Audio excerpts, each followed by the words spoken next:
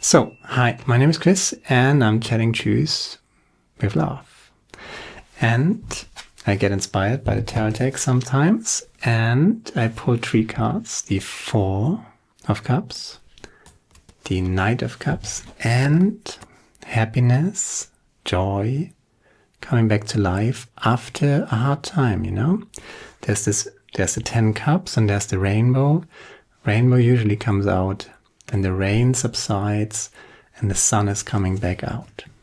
So there has been something that didn't went so well. There's a reason for this 4 of Cups guy, why he's sitting grumpy under that tree, right? But the universe is offering you something. That is the Ace of Cups. That is universal love, true love. And the universe is pretty much insisting on this till you get on that horse, right? And ride with that cup, with that universal love. Where do you go? To happiness, to joy after difficulty, right? Joy, happiness after difficulty. Because you deserve it. So, learn to look with an equal eye upon all beings, seeing the one self, seeing God in all. Srimad Bhagavatam, I hope I pronounce him right. Learn to look with an equal eye upon all beings, seeing the one self, seeing God in all. There are 2 different ways of understanding God. There's this idea that God is up there, you know, in heaven, so to speak, and we're down here. That is a very separated idea. God and the world separated.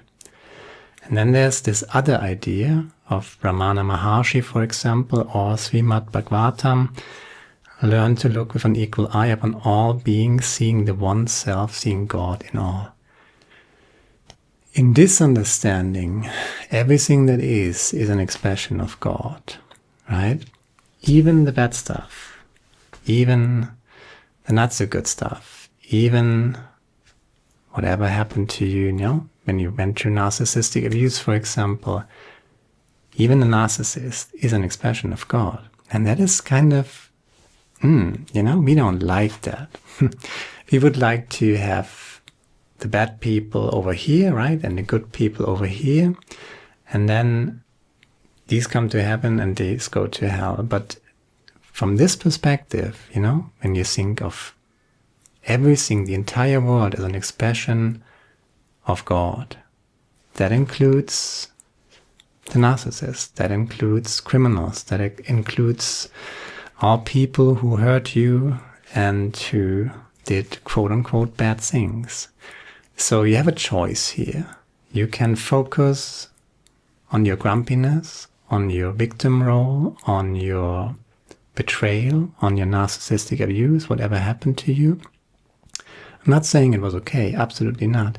You can go for justice, but don't go for revenge. You make it worse, that's for sure. But ultimately, so and so often, there's no resolution for it, you know?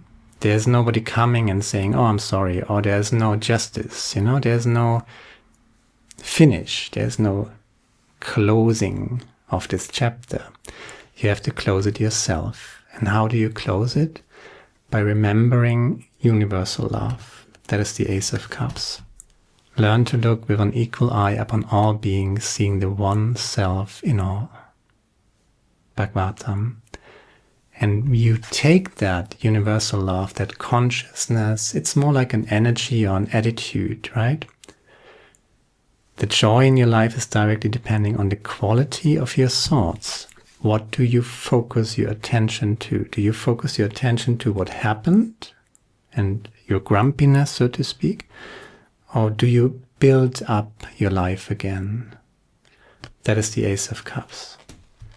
You can do that. You can take the Ace of Cups. You can take that counterintuitive understanding of universal love, that everything is an expression of God, including the bad stuff, right? That is also God. That is a different view. That is the Buddhist view. That is, I think, the Hinduistic view. I think many religions in the world have this idea. even in Christian mysticism, you know, if you think about Meister Eckhart, for example, he had this understanding of not God and the world as separated, but God is emanating, expressing the world, is the world. And Jesus understood that, right? Buddha understood that. So it's not exactly easy to do, but my advice here would be take that universal love, take that understanding, Tat Tvam Asi, and that too. And detach yourself from it. Free yourself from it. Forgiveness is a big, big word, right? Especially if there's no justice, especially if there's no resolution, especially if you're still hurting. But forgiveness in the sense of disengagement, forgiveness in the sense of letting go, in the sense that you just accept what you cannot change, that is always a good idea. Accept what you can't change and then change what you can change, right? Love yourself, owe it to yourself to come back to life, to come back to happiness and joy. The joy in your life is directly depending on the quality of your thoughts. Your heart is a little slower, you know? Your heart is not... you can control your mind, you can control what you focus on intellectually. The heart is a little difficulty. But you can still have a say in what you focus your attention on, both intellectually and emotionally. So focus on rebuilding yourself. You owe it to yourself, and that in itself is kind of a worship to God, if you like, you know. Learn to look with an equal eye upon all beings, seeing the one self, seeing God in all. Tat Tvam Asi, and that too. And that's all I got for today.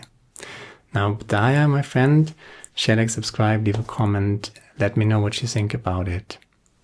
Now, Budaya. Ciao.